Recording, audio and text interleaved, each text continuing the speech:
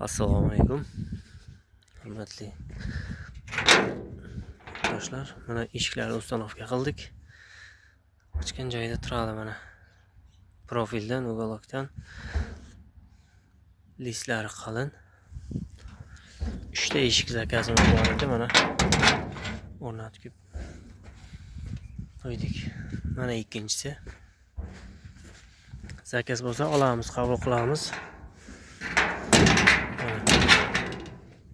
Mana eshiklar.